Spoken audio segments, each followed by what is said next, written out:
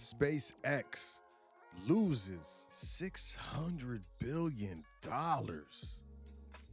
Wall Street is in the middle of an AI sell-off, and the iPhone hack has been announced. This is critical. This is serious. It's not clickbait, even though it probably looks like clickbait. It's not clickbait. It's not clickbait. This is the foundation. Current events for June 23rd, 2026. I am Sot L, Seeker of Truth L, Speaker of Truth L, and it is my pleasure to be here on this wonderful day with you, talking about all the craziness we got going on in this world. But as we normally do, let's jump right into it. Be sure to check out welcome to thefoundation.com. We have Trustee training. We have Start Your Business course. We got the Junior Board Trustee training coming out. We got a lot of stuff there, but just sign up for the email list. That's all we ask today. Get you signed up. You can unsubscribe if you want, if it's too much, if it's overwhelming. I understand. No judgment. Silver right now, $61.50, right around there. I do believe it's going lower. It's getting massacred, as they say in the, I don't know. I guess they don't say. What do I know I'm talking about? Eastern spot price, $67.90. Western spot price, $61.48. Looks like $61. I don't know. Maybe that's correct. Right around in there. Dollar cost average, y'all. $20, $25, $50, $100. Every 2 weeks, every month, we buy gold spot or a coin shop. Don't do the pawn shops. Don't do those spots, man. Every 2 weeks, every month, just go grab whatever silver you can, however much silver you can. That's what you want to do. Let's jump into this. What is this? Blah, blah. Bank of America predicts 3 Fed rate hikes in 2026. What it means for your wallet. Well, we know. We know what it means. Current Fed funds rate is 3.5% to 3.25%. So it's going to increase. We have inflation increasing. I don't know if the bread has gone down, if the eggs have gone down, if the orange juice has decreased in price, if the gasoline has decreased back to what I don't know, but get ready for some more. Bank of America has revised. It says my computer is going to die, but I think we can make it. Bank of America has revised its outlook and now expects the Federal Reserve to raise interest rates 3 times in 2026. The bank projects 25 basis point increase in September, October, and December, which would lift the federal funds rate from 3.5% to 3.25% to 4.25% to 4.5%. This is per Fortune. That's a magazine, y'all. I don't know. It's .com too. This marks a sharp reversal from earlier 2026 outlooks that called for rate cuts. Bank of America cited, quote, unambiguously worse, end quote, inflation data, resilient job growth, excuse me, sorry, man. It's hard to say that because I don't believe it, and recent developments, including energy price pressures per CNBC. So, the Federal Reserve held the target range in the federal funds rate steady at 3.5% and 3.25% following its June 2026 meeting. This is the 4th consecutive hold. This is the first meeting under the new Fed chair, Kevin Warsh. I like Warsh, as previously reported by the Dallas Times. I'm just playing. The Dallas Express. I like the Dallas Times, though. I just like how it sounds. Yeah. The Fed aggressively raised rates from near zero in 2022 to combat post-panorama inflation, peaking at 5.25% to 5.5% in 2023. It then began easing in late 2024 and 2025 with 325 basis point cuts in September, October, and December of 2025, bringing the rate to the current 3.5% and 3.25%. Well, there you go. Good news for none of us. Wall Street is getting trampled by an AI sell-off. Let's just throw South Korea in there. South Korean market plunges 10%. Well, South Korea plunged 10%. Don't worry about what we're doing over here. A mild U.S. tech sell-off. Yesterday, carried over into Asia Tuesday. You might have to look at the time zones because, maybe Monday. Sometimes it's Monday on one side of the world and it's Tuesday at the same time. But that nervous energy sentiment quickly spiraled into full on panic trading in South Korea, where the Kospi index tumbled 10%, tripping a circuit breaker that led to a 20-minute cooling off session. Yeah, they stopped trading. Wow. They stopped trading. They halted it. That's what I should have said. Let's get up out of here. What is this? America is maxed out.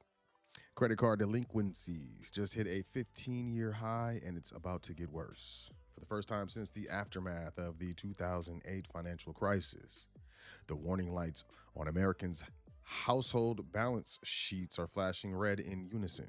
A perfect storm of sky-high interest rates, war-driven energy prices, and wages that can no longer keep pace with inflation has pushed U.S. credit card delinquency to its worst level in 15 years. And the borrowers falling behind aren't necessarily new to the struggle. Makes sense? Why delinquency is deepening, not just spreading. The K-shaped economy. Did you guys hear? You ever heard of this K-shaped economy? Part of the economy was doing great, now it's going down. The other part of the economy was doing all right, and it's going back up. Which side? The wealthy versus the... No. Americans collectively owe more than $1.25 trillion in credit card debt, while the share of balances that are seriously delinquent has surged from around 8% in early 2023. That roughly 5% percentage point jump over 3 years is steeper than the rise seen between 2007 and 2010, when 13.7% of credit card balances were at least 90 days late. Crucially, the problem appears to be intensifying among existing delinquent borrowers rather than sweeping in new ones. The New York Fed found that the share of balances that became newly delinquent was little change from a year earlier, suggesting the trend reflects deepening strain among borrowers who were already struggling. Man, what we got here? Less than half of Americans can afford quality health care. Gallup poll. Less than half of Americans could afford medical expenses and access to quality care last year. This is according to a new Gallup poll highlighting mounting financial strain, even among higher income households.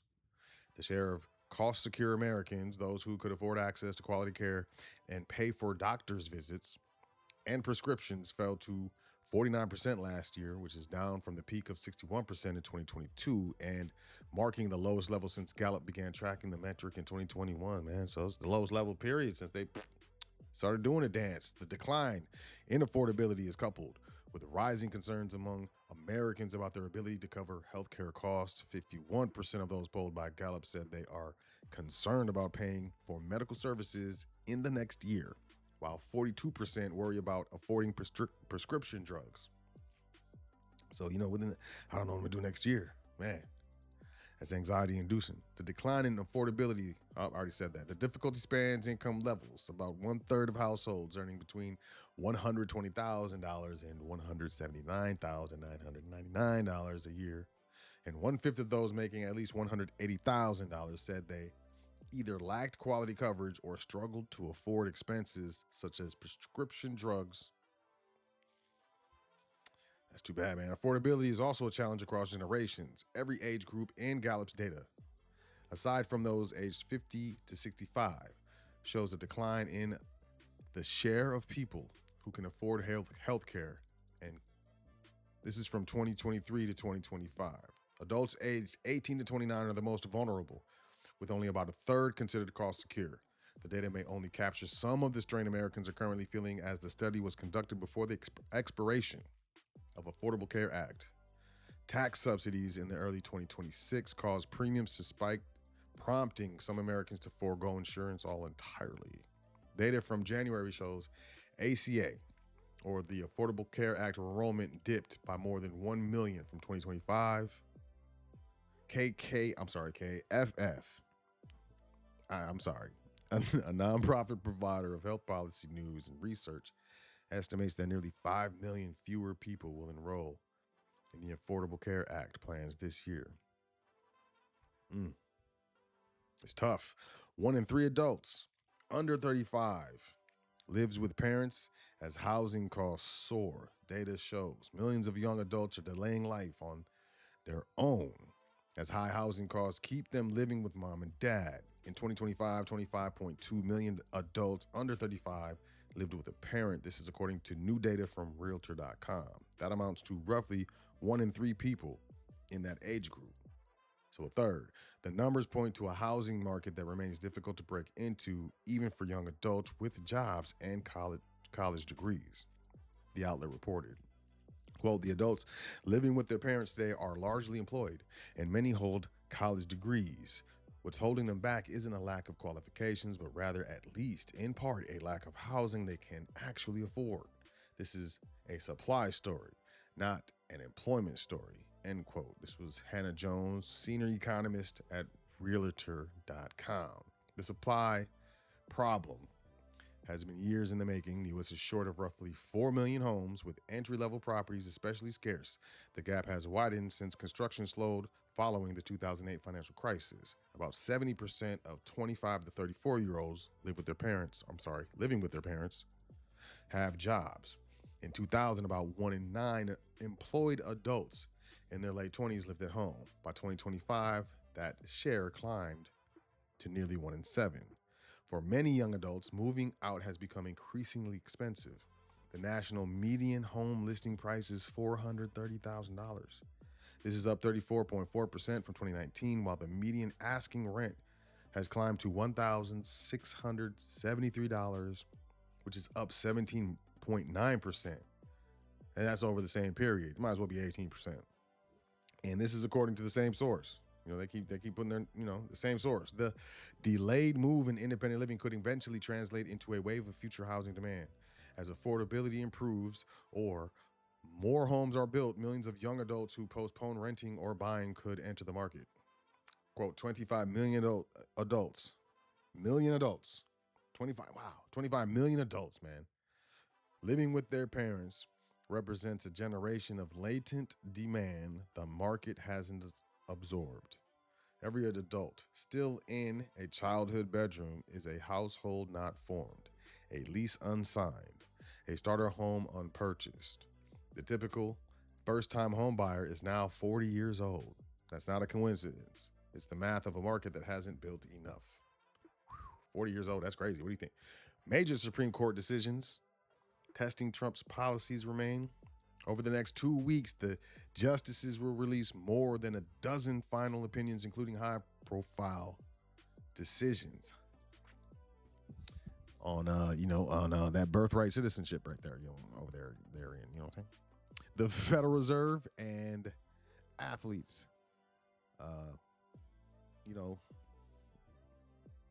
athletes. I ain't trying to get a strike or something. I don't know. You never know. It's 1984 right now. The Supreme Court is in the home stretch of its term and expected to announce more than a dozen remaining opinions over the next 2 weeks, starting Tuesday morning. Before the justices take their annual summer break, they will resolve a series of high-profile cases testing the administration's policies to expand presidential power.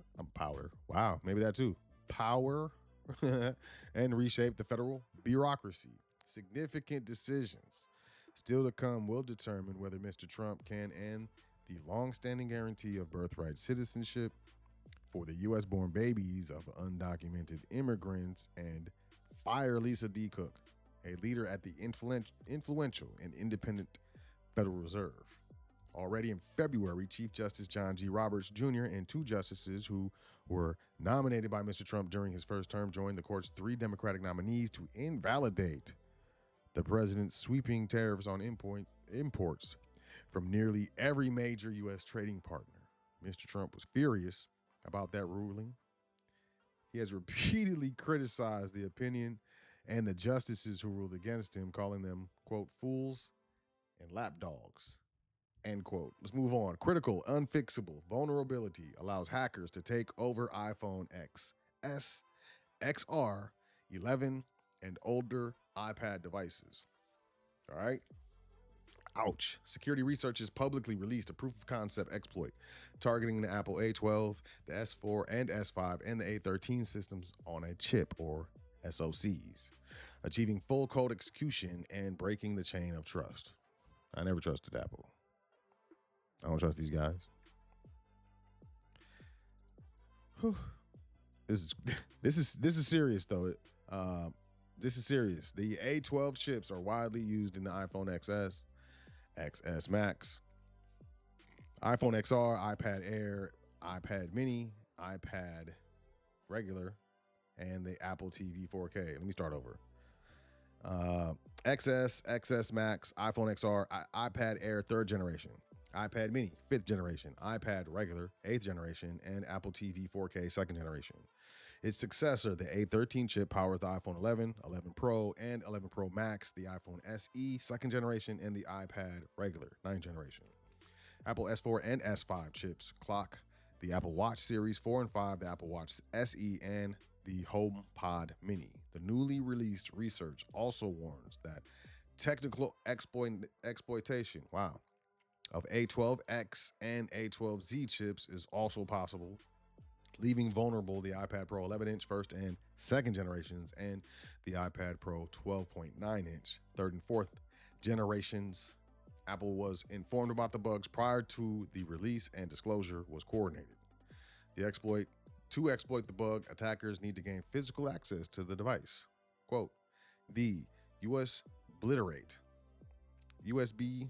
literate, I think it's US obliterate, I don't know. Exploit demonstrates that even on more recent secure ROM generations, including those protected by pointer authentication, subtle hardware bugs can still be leveraged to achieve full code execution and break the chain of trust. Never have generations starting from iPhone 12 and later devices addressed the underlying issue. However, the affected devices will remain vulnerable for the remainder of their support period because the vulnerable code lies in the read-only boot ROM memory. The boot ROM is embedded in the system on a chip and contains the initial code that executes on power on or reset, which is responsible for loading the bootloader, which loads the software. So if it's before the software can start up, it's before the encryptions and all the stuff can turn on. We're out of here. Essentially, that means attackers, like thieves or authorities, can completely, I like how they threw authorities in there. Good on them. Good on Cyber News.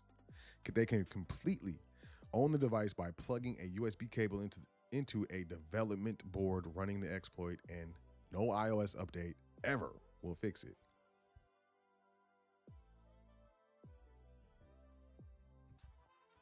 Excuse me. Forensic companies and government agencies often pay millions and millions and millions of dollars for these kinds of tools. Journalists, activists, executives, or anyone with sensitive information might want to upgrade older devices. For most people, however, the day-to-day risk is low. I don't know. Are you comfy with that? I think this would affect a lot of people. I think a lot of people are running around with, at least an iPhone 11. A lot of people keep iPads for a long time, That's not something that you technically or generally have to upgrade, very often. Man, I swear I had a coffee. Let's move forward. EV maker Lucid to cut about 18% of its U.S. workforce.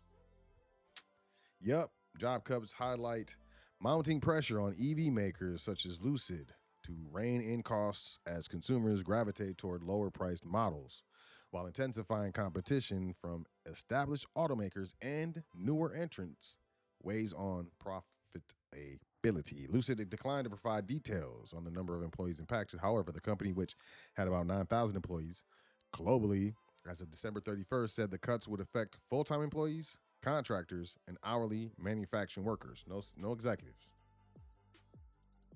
No executives. Don't worry about it. Whew. Bet you they were nervous. In February, Lucid had cut 12% of its U.S. workforce as it sought to conserve cash in an industry marked by heavy spending. What I want to highlight here, the shares still dropped. The value in fiat currency of the shares still declined. And generally, announcements of laying off labor generally, increases the share price. Let's get out of here. SpaceX extends losses after $600 billion wipeout. Tech stocks slide again. Shares of Elon Musk's SpaceX slipped further today following a 3-session sell-off that wiped out more than $600 billion. This is from the company's entire market value, with the highly valued technology I hit mute. That's my bad. Technology sector, the highly valued technology sector, on track to extend the route. The rocket and AI company shares fell 1.9% to $151.06. 60 cents. Earlier today, the stock sank 5%, as much as $146.88. This is dipping below 150. Its opening price on the day of its market debut. SpaceX's record-breaking IPO fueled a trading frenzy in its first week as a listed company when it briefly surpassed Microsoft and Amazon in market valuation before retreating. SpaceX last had a market valuation of 1.99 trillion, so just under $2 trillion. Quote, I'd be cautious about seeing this as a second chance buying opportunity. The drop looks dramatic in scale, but these swings aren't unusual for a stock with such a small public float. I'm gonna have to figure out this mute button on this mic. It's actually, the mute button's actually on this microphone. This is my travel microphone. Finally, because the other one I had was bad. It was bad, y'all. It was bad, and everyone, well, not everyone, anyone that I asked said that this sounds way better. Way better. But there's a mute button actually on the microphone with the lights and stuff. And I just, I'm done. I digress. Don't buy. Listen, founder stock, right? And it's not just the founders that can get founder stock. A lot of investors receive founder stock. Preliminary investors, the investors, the first wave of investors, and sometimes the second wave, they will get founder stock. And they sell it when the market opens, man. So they already made their, Elon Musk already made his money. Now we're talking about the valuation of the company that he took public, right? This dude he already sold his stocks, y'all. They don't care. That's how it works. I'm gonna move forward though. The FBI is urging iPhone and Android users to delete foreign apps that can siphon contacts, location, and messages. Yep. Let's get into it.